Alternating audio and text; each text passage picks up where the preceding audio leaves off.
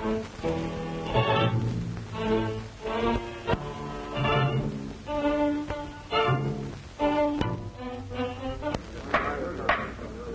will now come to order.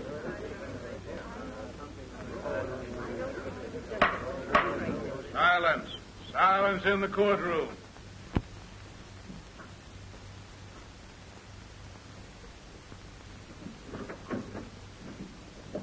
Ladies and gentlemen of the jury, have you arrived at a verdict? Yes, Your Honor.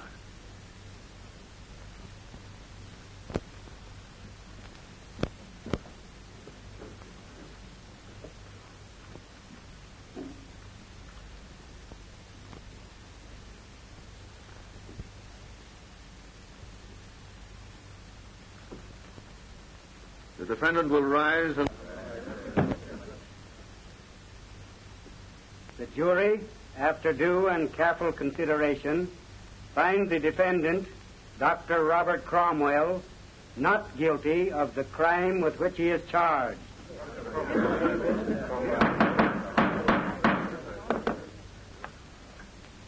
The court feels that it is the high office of physicians and surgeons to preserve life, not to take it. Defendant dismissed.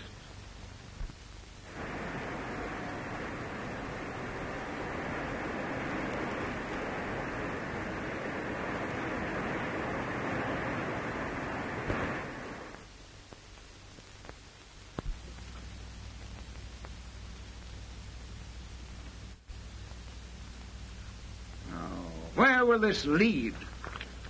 Are doctors going to be allowed to take the lives of incurable invalids? You know, as I take it, this verdict gives a surgeon a legal right to perform an operation that he knows will be fatal. Now, that's a clever way of committing murder. He might do it for experimental purposes or for a lot of sentimental reasons, or to make and get away with it. Them doctors steals bodies from the graveyard, don't they, sir? They sure does, son. Yes? Get hold of Miss Porter. She's interviewing Jacob Turner's widow at the Turner home. See if she's back. All right. To get down to brass tacks, we guessed this verdict wrong. Personally, I'm glad Cromwell is free. Well, Judge Lewis doesn't agree with you. And the public certainly doesn't. The verdict should have been guilty. Cromwell murdered Jacob Turner. If I'd been Turner, I'd welcome the chance to be cured or killed. But there wasn't any chance. That's just my point. Yes? Miss Porter to speak to Mr. Burke. Put her on. Hello? Did you get to Mrs. Turner? Yes, Mr. Burke. She denies that she's in love with Dr. Cromwell, but I got her to admit that she admires him. Good girl. Now I want you to interview Cromwell. But he won't talk. That's why I'm sending you. Make him talk. Everyone else failed. Find out why he performed this operation. The real reason. All about it. Hop to it.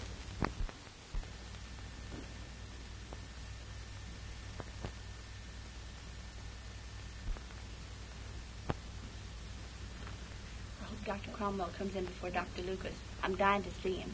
Morbid curiosity, my dear. Ever been operated on? No, never. I've been operated on times. Really? 12 stitches each time. What do you think about that? I think I'd put in a zipper. Good afternoon, Doctor. Good afternoon.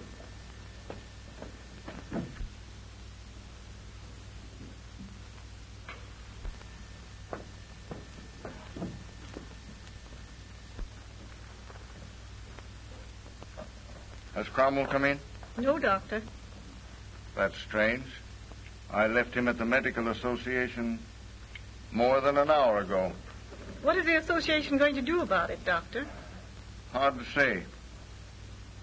Did you appear before the committee? Yes.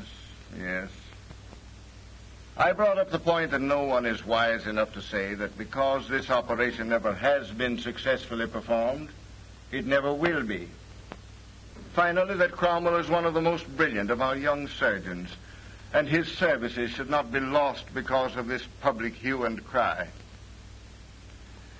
However, a doctor shouldn't take such a long chance when the patient is as prominent as Jacob Turner. You remember I advised Cromwell against operating.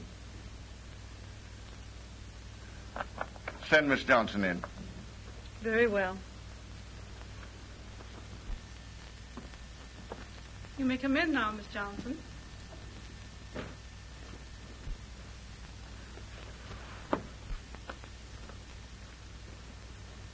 Oh, miss, can you tell me when Dr. Cromwell will come in? I'm sorry, but I can't. He's at a meeting of the Medical Association. Are all these people ahead of me? To see Dr. Cromwell. Oh. I wonder if there's a private phone that I could use. May I use the one in here? Why, yes, certainly. Thank you.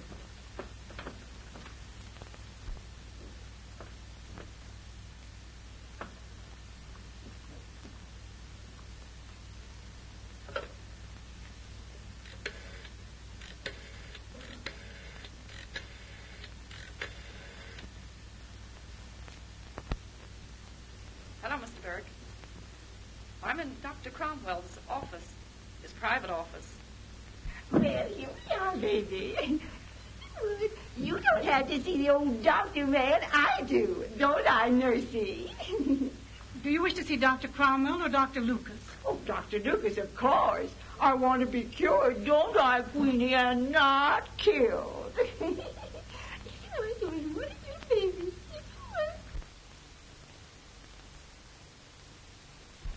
Good afternoon, Doctor.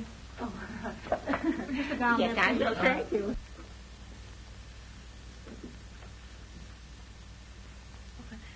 Your very nice nurse said I might use this phone. Quite all right.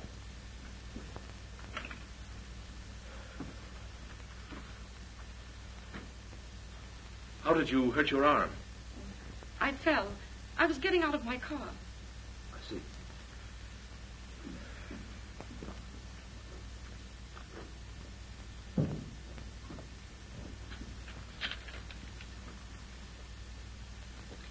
Donald Evans, your instructor, phoned from the airport to congratulate you on the verdict.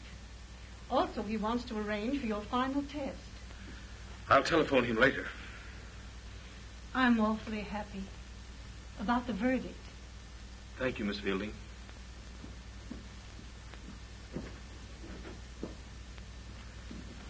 Have you had an X-ray taken of your arm, Miss Porter? No, I haven't. But I'm sure it isn't broken. Well, suppose I look at it. Oh, I wonder if you'd wait a minute. I feel a little faint. Certainly. Oh, silly of me. Would you like a drink of water? Oh, I'll be all right in a few minutes.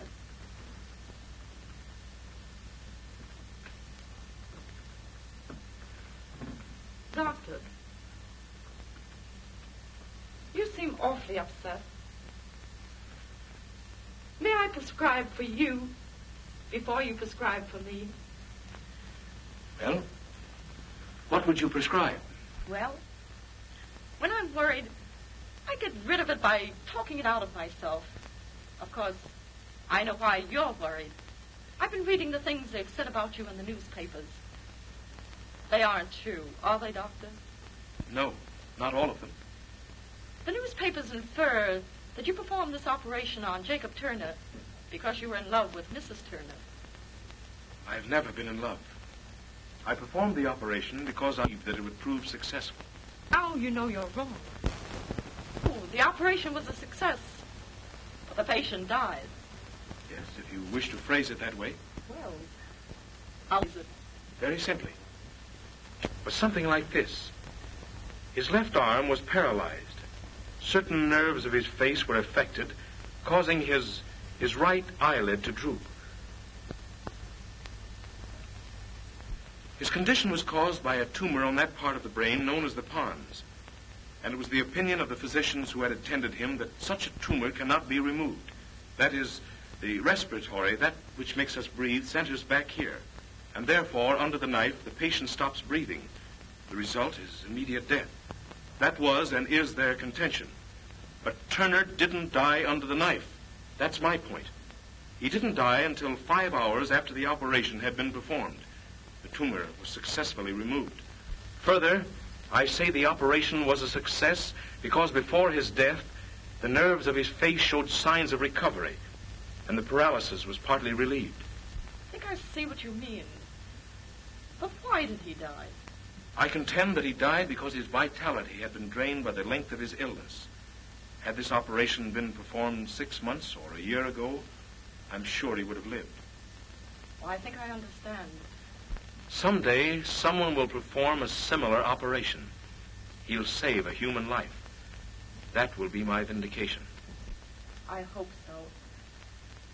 But I'm wondering. Suppose the relation between you and Turner had been closer than patient and doctor. Would you have taken the chance?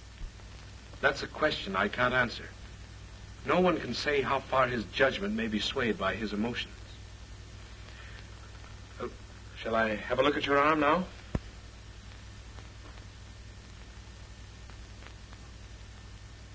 Oh, I'm terribly sorry. Why? Well, there's nothing the matter with your arm. No. Oh, I hope you believe me. I'd rather have it broken than confess. I was sent here to interview you. Oh, I'm so sorry. You wouldn't give out any interviews.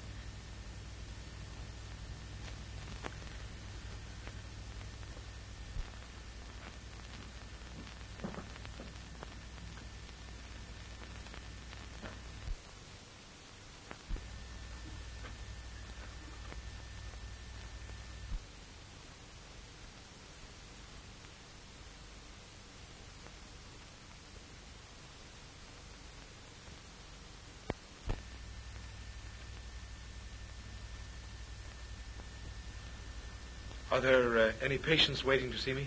No, Doctor. Didn't I have some appointments? Mrs. Brooks and Mrs. Taylor canceled their appointments. I see. Miss Fielding, I'm giving up this office. Please have my name taken from the door. But, Doctor, the Medical Association hasn't passed on the case. Won't you wait? There's hardly any use waiting. The practice of a physician is based on public confidence. Apparently, I've lost that. You, please see if you can get Donald Evans on the telephone. Very well.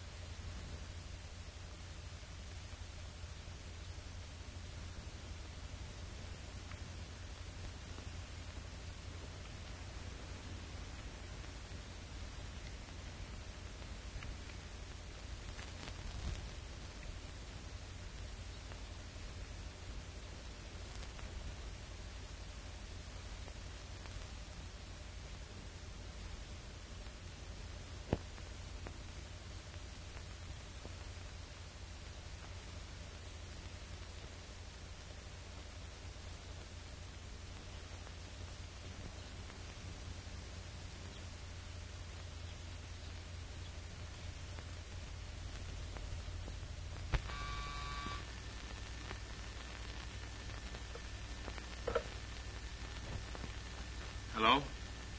Oh, Evans? I'd like to arrange to make my final solo flight this afternoon. Yes. That's right.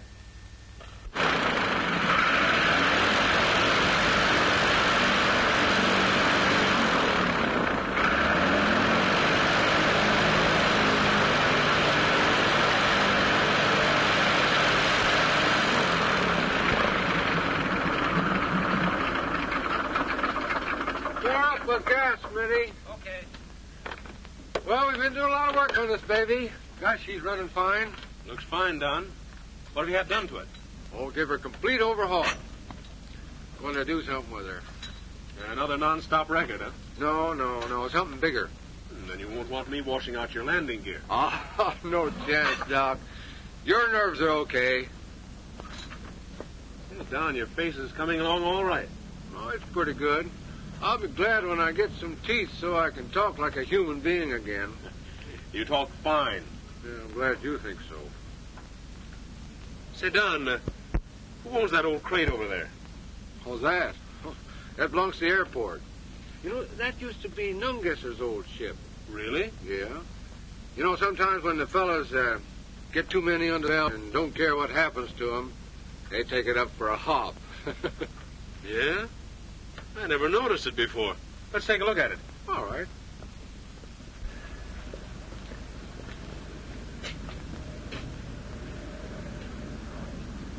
You know, I'd like to try her out. Whatever gave you that notion, Doc? What's that? Hey, whatever gave you the idea of taking this old can out? Well, I'm going to be a pilot. I should be able to fly any ship, shouldn't I? Say, things that bad, Doc? What do you mean, Don? I mean, so bad that you want to take this up and fly the wings off of it. Now, you look here. I've been in the same sort of a fix you're in. I sort of understand the way you feel about it. You know, I was stunning for a flying circus, and I killed a man. They were going to take my license away. Then I jumped into another ship, went up, and broke the existing speed record at that time. Then instead of taking away my license, they were pinning medals on me. You get what I'm driving at, Doc? No, I'm afraid I don't, Don. Just this. Doc, people soon forget. You know, the public's awful fickle. They forget right away. You want to give them something new to think about. Of course, if you want to fly things, all right. But I got a better proposition. I've been thinking about it for a year. I've been working on it for the last 4 or 5 months. Now I'm about set to go. In fact, I'll be shoving off in about a week or so. Look here. Take a look at this map. It's a Tokyo flight. See, we start from here, go up across here into Alaska, and then follow this line right down the Aleutian Islands into Japan. I've got to have somebody go along with me. How about it, Doc? By George, I'll go. A new land. It'll be a chance to start all over again. Great. You've taken enough navigation under me. You can help me out on the navigation, you see? Now...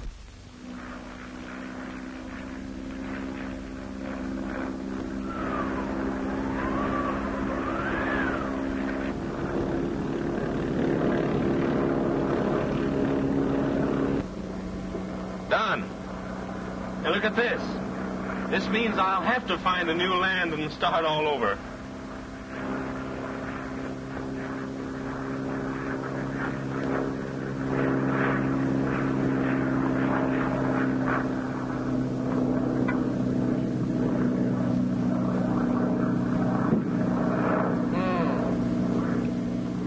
Some send-off, pal. You wait. Tomorrow they'll wake up and find your name written clear across the sky all the way from the USA to Japan.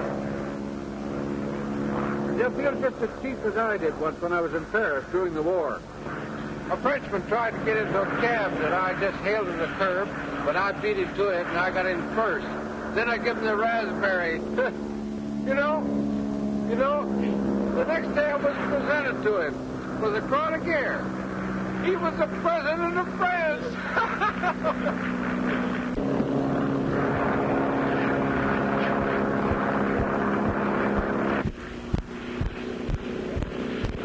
Worrying me, Doc. First is, what new land are you going to? I haven't decided yet. What else is worrying you? What's in that black bag that you brought along back there? Well, what would you guess? I guess 2 dress suits for us to wear at the ambassador's dinner tomorrow night in Tokyo.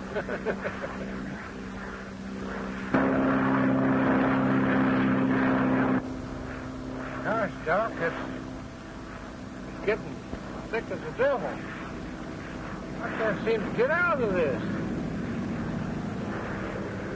You see any good place to land down there? Well, I've seen better landing fields.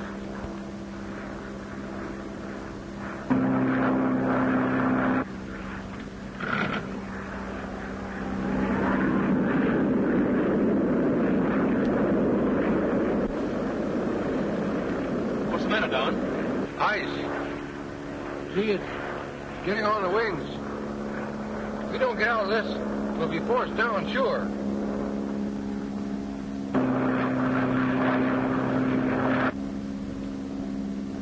Gosh, look.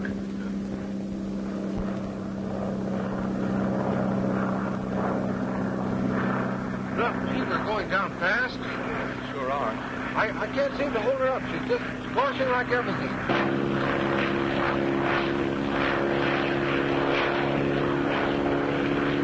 Hey, if we don't get out of this pretty soon, we'll both be going to a new land and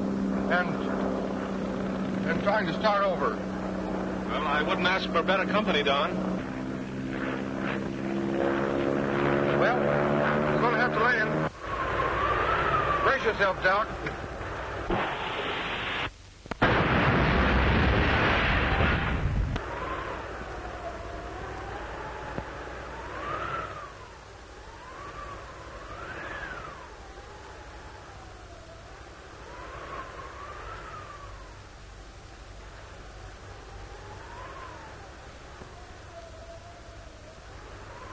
Heavens. Todd. Are you all right? Evans.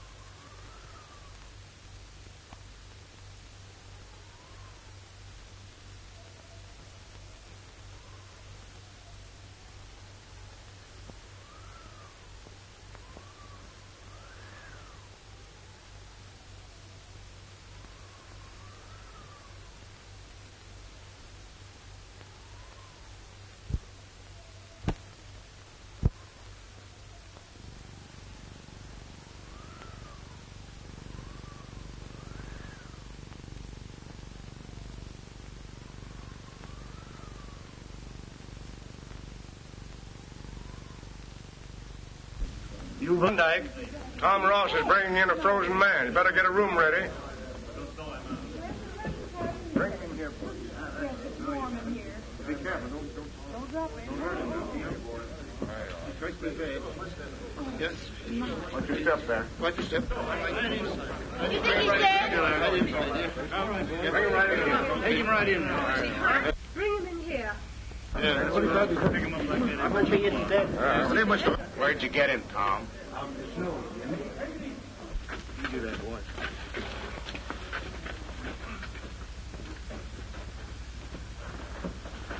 Just a minute, boys. Don't come in, please.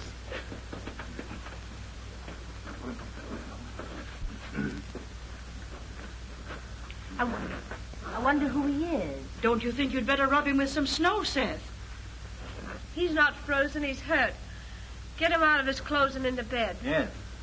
Oh, Tom, you'd better organize a searching party. There might have been somebody else with him. That's a good idea. Sadie.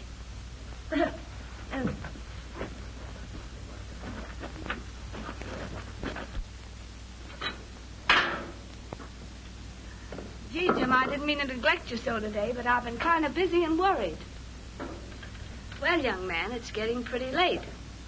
9:30. And Tom isn't back with the boys yet. Gosh, I hope nothing's happened to them. Pretty bad out Klondike? Yes, it is. I'm afraid we're going to be snowed in all right. Where did that man come from? I don't know. That's what the men are trying to find out. I'll ask him if he ever wakes up. Feeling all right? Mm-hmm. I'll go and get Mark.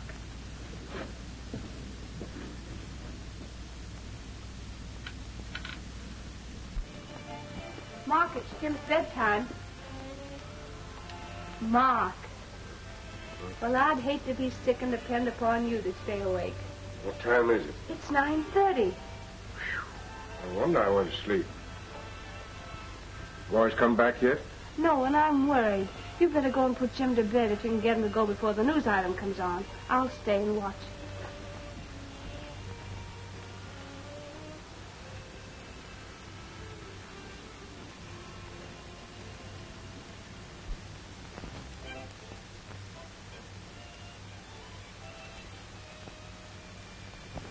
It's all right. You're at Armstrong's trading post. Where's that? In the Klondike. Klondike? And that's my name, too. Oh. Who are you and where did you come from? We have a special news item concerning the Tokyo Flyers. Donald Evans and Dr. Robert Cromwell, who are now several hours overdue at Seward, Alaska. Their plane was last seen flying low over Vancouver at 9 o'clock this morning. Due to prevailing winds, it is feared they may have been blown off their course toward the interior. Interest has been heightened in this flight because of the fact that Evans' co-pilot, Dr. Cromwell, a surgeon of this city, was acquitted recently after a sensational trial which centered around the death of Jacob Turner, a wealthy and incurable invalid. You're one of those men, aren't you? Yes. You're Donald Evans. Why do you think I am Evans? Because I don't think you'd kill a man. We listened to that trial because we were interested on account of Jim. Jim? Yes, Jim Armstrong. He's afflicted the same way that old man Jacob Turner was, who was killed by that doctor.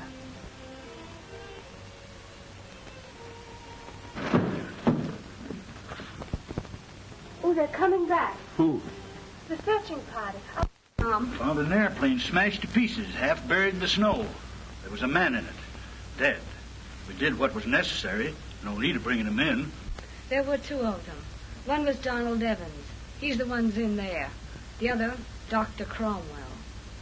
I'm glad. I'm glad he's dead. He killed that old man, and now he's dead.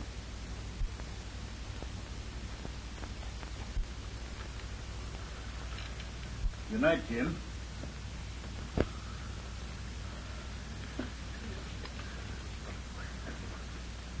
And the President has agreed to meet the Senate Committee Monday at 2 p.m. from San Francisco. All hope has been given up for the Tokyo Flyers, 6 days having elapsed since they were last seen flying low over Vancouver. The next news broadcast will be at 9:30 p.m. You know, it gives me the creeps to hear those news items. And with no way of letting the world know that you're here and Dr. Cromwell's dead. Yes, I know. I just heard the radio. How long will it be before we can get word through? Oh, maybe a week or two. 6 days of sleet and snow. I guess you brought it with you. There you are. Thank you. Won't you sit down? No, I haven't had a chance to talk to you really yet. All right.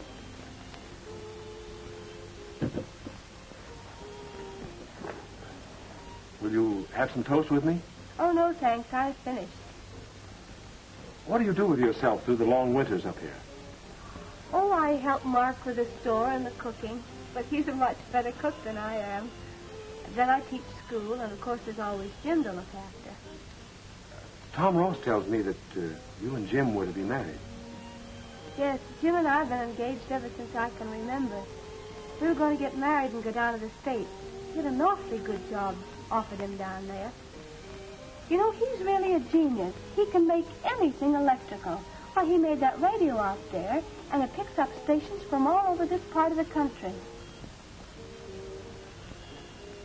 We were going away that summer. 2 summers ago. Then he was taken ill. Well, tell me, were you born up here? Oh, yes, we were both born up here. Our fathers were partners, so we were practically raised together.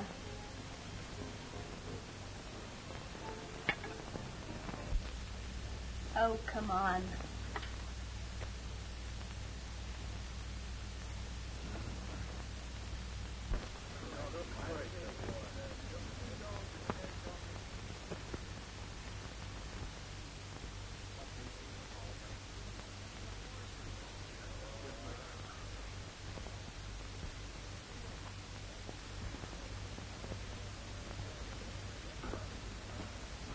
Well, shall we start another game? Not a game. You haven't beaten me yet. I'm going to jump 2 of your men right now. Oh, I suppose that'll end it. Certainly it will. My, isn't that wonderful? Well, how do you like the looks of this? Say, that isn't fair. Oh, why don't you use your eyes? And you're the little girl that always wanted to go to the States, eh? Oh, I wanted to go until Jim took sick. But this way, of course, I wouldn't leave him. Suppose he were cured. Why, then we'd get married. Oh, I see. How about this nice lollipop? Well, haven't you got any 6 for a penny? Well, we've got this kind. Now, what do you want 6 for a penny for? Well, 1 for Jean and 1 for Mama Claudette. Uh-huh, that makes 2. 1 for Jean and 1 for Papa Claudette. That makes 4. There. 1 for Jean and 1 for you. For me? Oh, dear.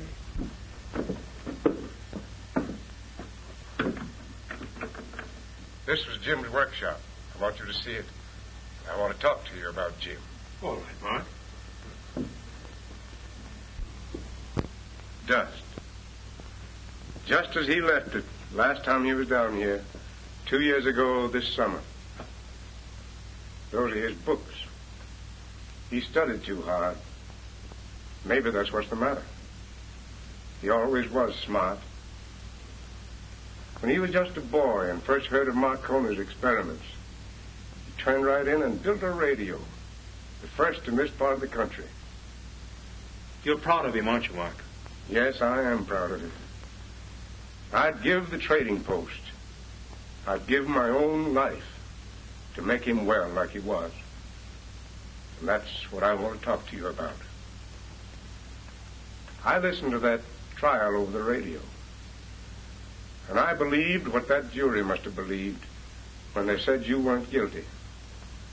I felt that you must have believed there was a chance to save that old man's life. what I want to ask is there any chance to save Jim's life? The chance is very slight, Mark. But there is a chance. Yes, if the operation is performed soon enough. But I can't perform it. The boy isn't any good to himself, and he's fast growing worse. I've got to see him day after day, dying in front of my own eyes. And you are a doctor and won't do anything about it. Don't you see, I haven't any right to practice here or any place else. I'm Jim's father, and I ask you to do it. I'll stand the consequences. Mark, you don't understand. You can't stand the consequences. If I should operate on Jim and he should die, I'd be a murderer. I haven't any right to operate on anyone. He wouldn't die. You know you could cure him. I can read it in your eyes. Yes, Mark, I believe I could. But my hands are tied. I don't know how to say things except straight. You refuse to operate. And I'll tell you why. I've been watching you day after day with Klondike.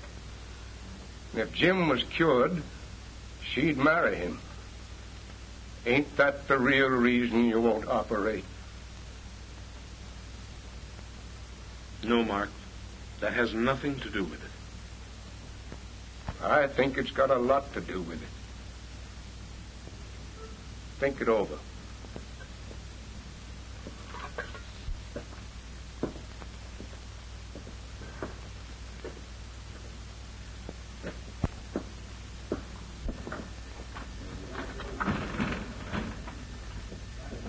Why, Sadie. Well, are you? Well, do you look grand? Don't like it. Why, what's the matter? I came to see that doctor. I've got a terrible throat. I can scarcely talk about a whisper. Oh, now, that's too bad. Well, let me see. Gene's in there now having his leg attended to, but you can just wait and go right in a minute or two. Hey, Ma, can I have a piece of candy? Didn't I tell you not to follow me over here? But I just wanted one piece of candy. Ma, Aren't you going to wait, Sadie?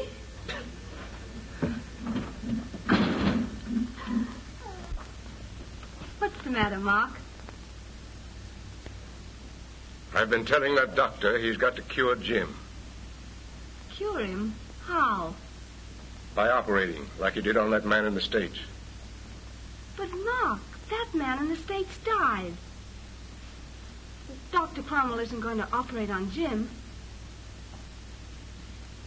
You're not in love with Dr. Cromwell, are you, Klondike?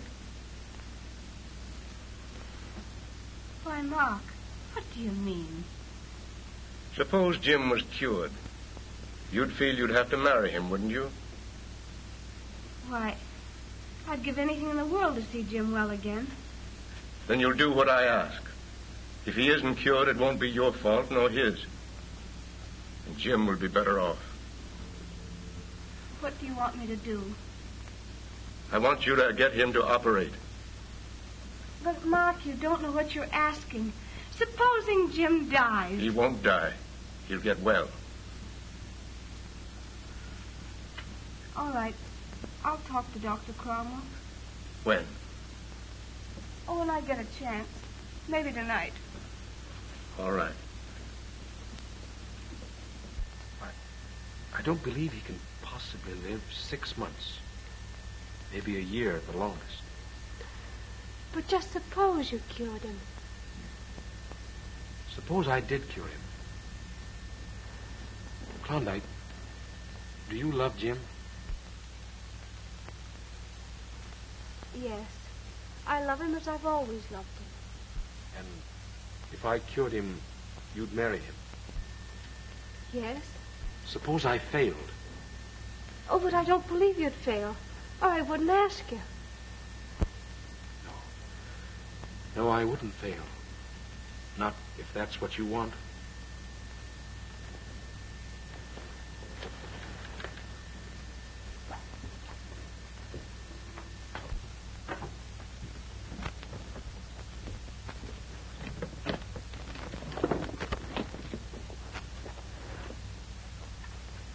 Well, the sooner I operate, the better are Jim's chances of recovery.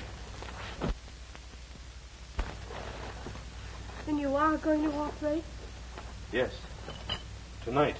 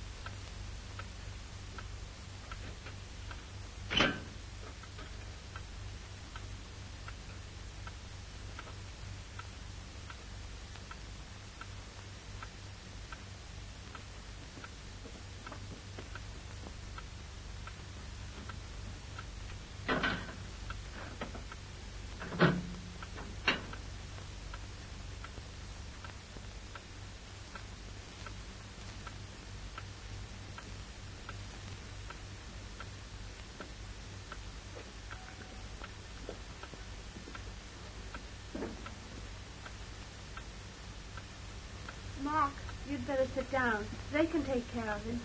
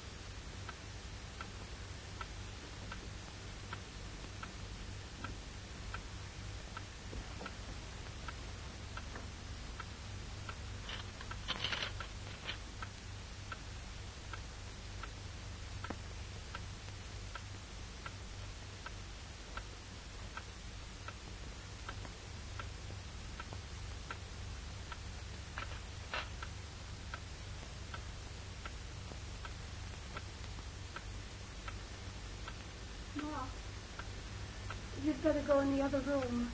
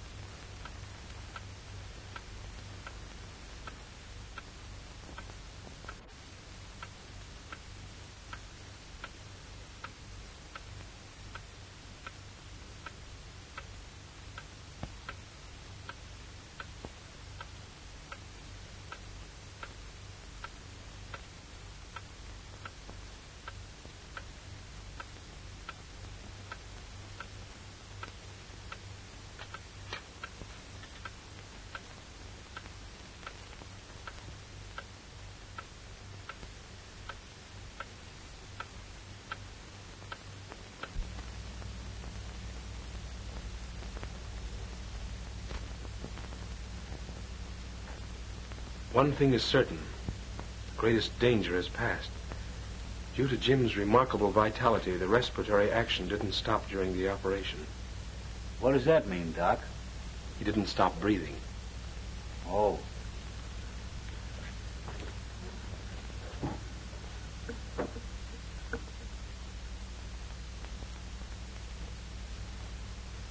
The effect of the anesthetic is worn off.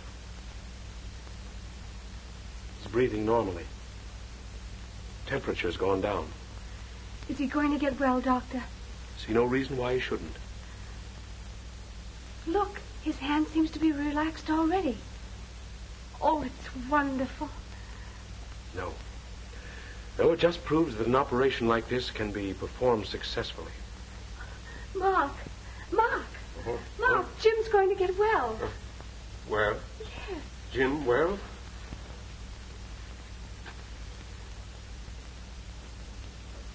Jim? Oh, shh, quiet. Everything's going to be all right, Mark. Supposing you come and get a little rest now. He's cured, Doctor. Yes, Mark.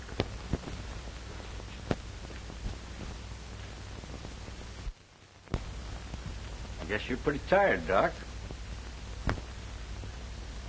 I want to tell you I never seen a man in a harder spot than you was last night.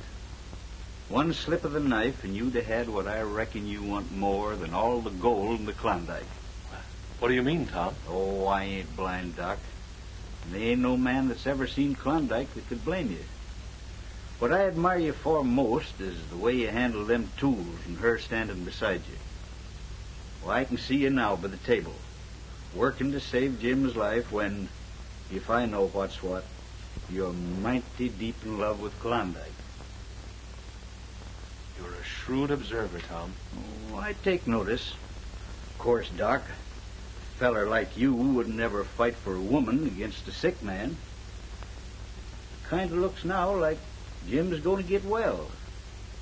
Did it occur to you that when he does get well, you have every right to try to win the girl? You're a good friend, Tom. Well, it's fair enough. May the best man win.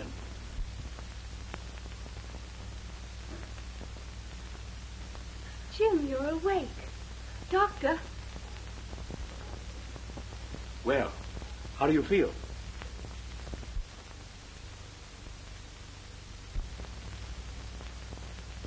Jim, you're going to get well. Don't you recognize me?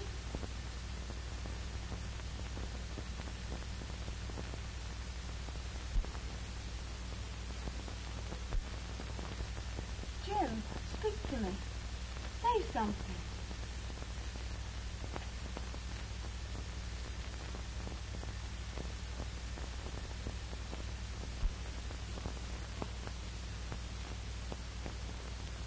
Oh, Jim, try to talk.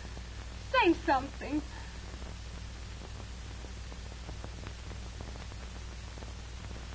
Oh, Doctor, he tried to talk, but he can't. This is something I don't understand. Part of the brain I operated on has nothing to do with the power of speech.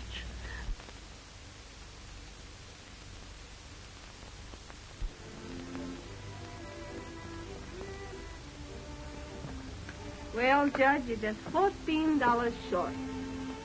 14? Mm-hmm.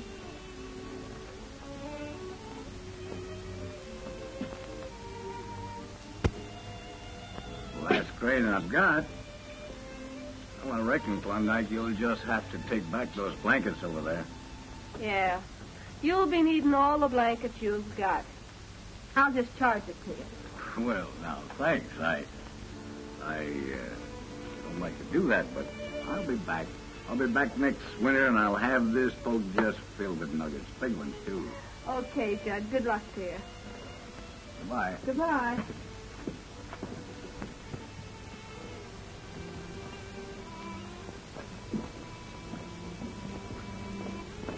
Where's Mark? It's Jim's bedtime. Why, he's in the kitchen.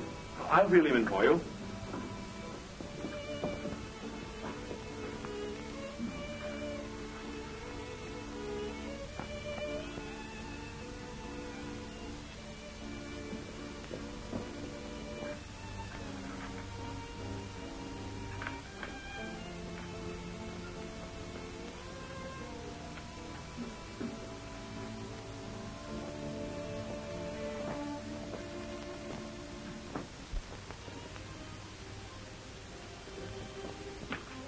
taking in, Klondike. All right. Good night, Jim. I hope you sleep well.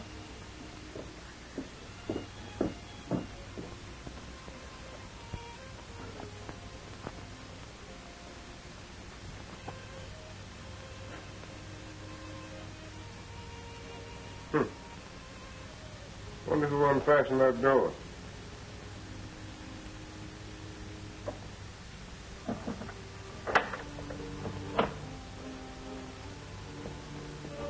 Say, why is the doctor in such a hurry to get back to the States?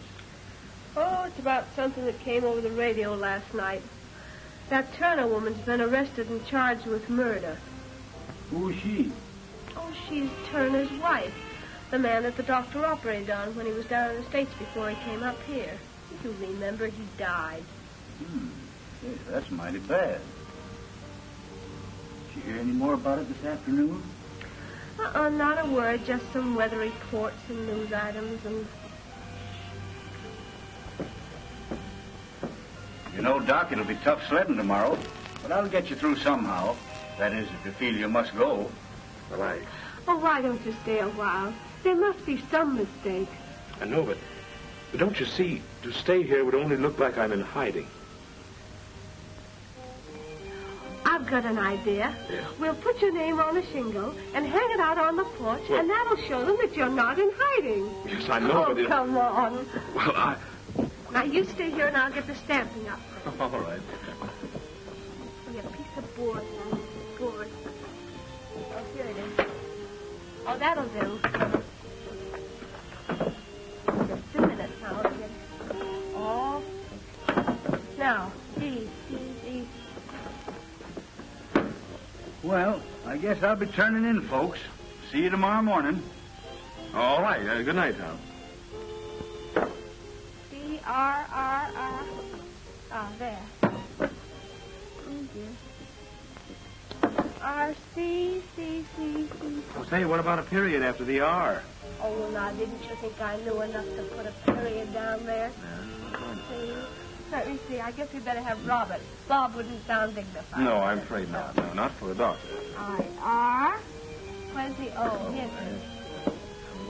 Jim's in bed, Klondike. All right, Mark. I'll turn out the lights. That's R-O-B-B. Here. There we are. Let me just wait to see if you will be pleased with it. Here's the C. Cromwell. I'll take charge of the period. C-R-R-R-R. Make yourself useful. You hand them to me. C-R. You better kind of crowd this in a bit. Oh, O-O. O-M. M. Oh, dear. All right, get the E. Now turn that upside down. You'll have the W. Oh, I see. Cromwell, W. E, here it is, looking right at you. Oh, dear, this isn't very straight. Well, we can make a new one. L. What happened to the L? There it is.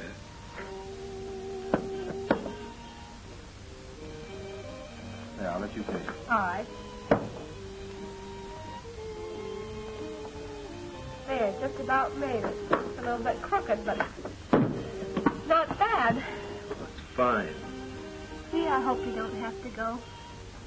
I don't want to go. Well, I guess you better hang it up anyway, huh?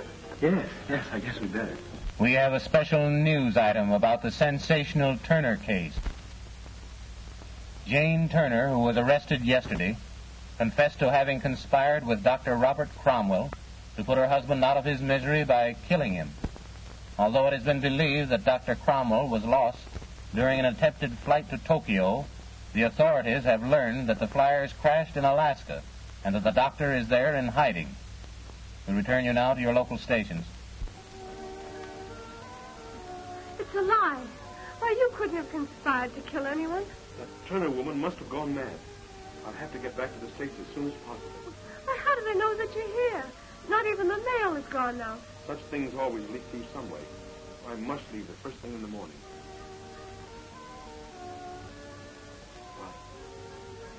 I don't suppose we'll ever see each other again. If I had cured Jim, things might have been different. I could have told you then that I loved you, and you could have chosen between us. You know, Klondike, I've never loved another woman. You're the first, and I think you'll be the last. Goodbye, Klondike.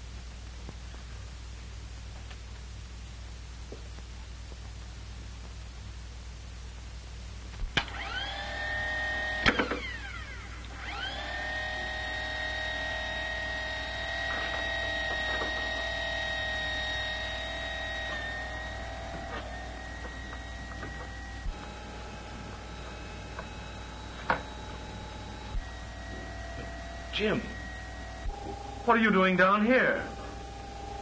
What? Why, you can walk. Here, let me see you. Why, you look fine. Like eyes.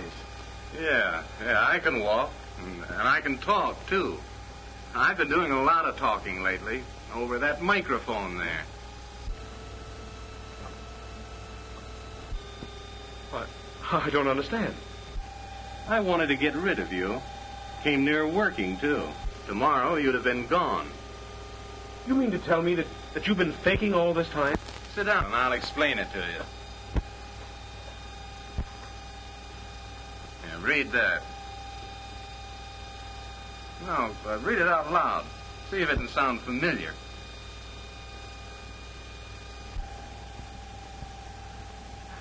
We have a special news item about the sensational Turner case. Why, that came over the radio tonight. No, you just thought it did. I broadcasted it over that microphone there. I cut it in on the loudspeaker upstairs. Of course, I disguised my voice. I used that switch right there. Simple enough. Oh, Jim, do you mean to tell me that you do it?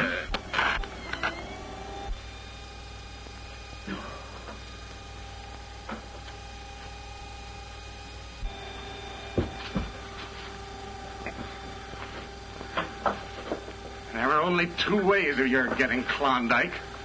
One was killing me, but you didn't dare do that. They'd have hung you for murder. The other was to cure me, and then win her. So you cured me. It wasn't for me that you did it. It was so that you could take her away from me. I gave you fair warning to get out. I didn't give you enough juice that time to hurt you. Just a good jolt.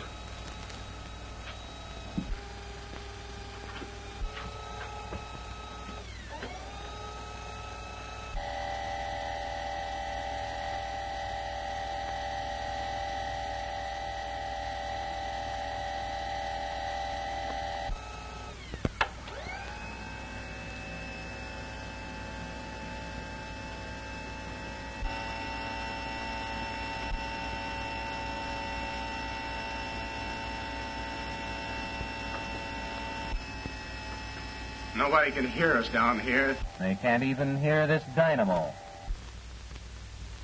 But maybe I better tie this over your mouth.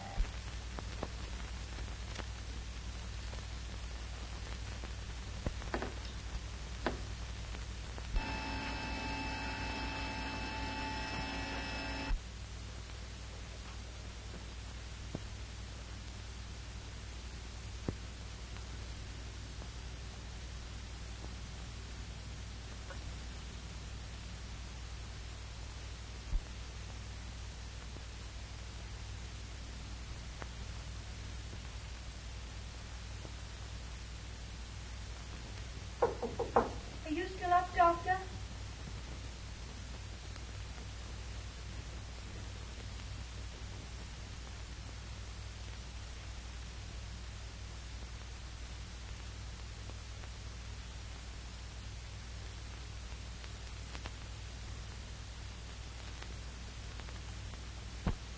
Mark, is Dr. Cromwell up there? What's that, Klondike? I said, is Dr. Cromwell up there? No. Well, I was sure I heard someone talking. It must have been the radio. It's been going all night. Better turn it off. All right.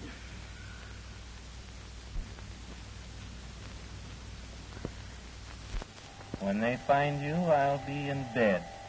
Not able to walk. Not even able to talk. I'll get well gradually.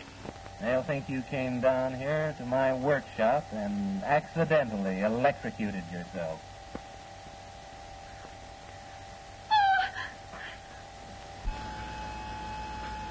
This is a better way of killing a man than operating on him, Doc. You like to experiment on people.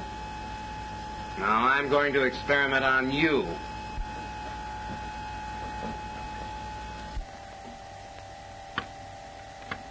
Jim, open this door! Jim, open this door, I tell you! Jim, open this door, I tell you! I know what you're doing! I hate you! Jim! Jim! Jim! Open this door! Well, I guess you outsmarted me, Doc. Jim! Oh, Jim, please open the door! Open this door!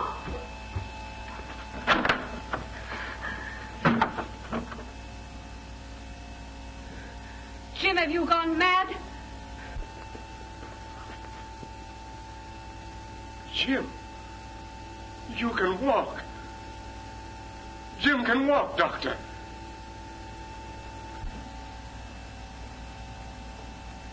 You've cured him. Yes. He's all right now, Mark. Both his body and his mind will soon be what they used to be. I'm as happy as you are, Mark.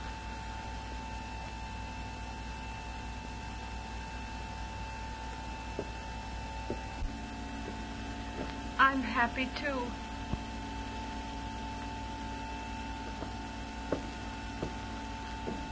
Come in.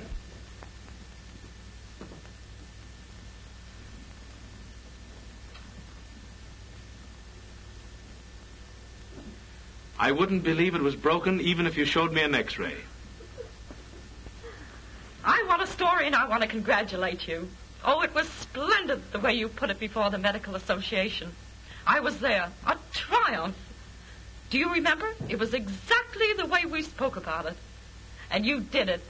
You proved it by that operation on Jim Armstrong. Do you know, Doctor, you're the first man I've ever known that came out of Alaska with fame rather than riches. You're wrong again.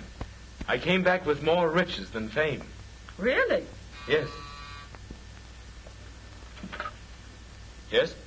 Oh, well, ask her to come in. Yes, Miss Porter? I found gold. Gold?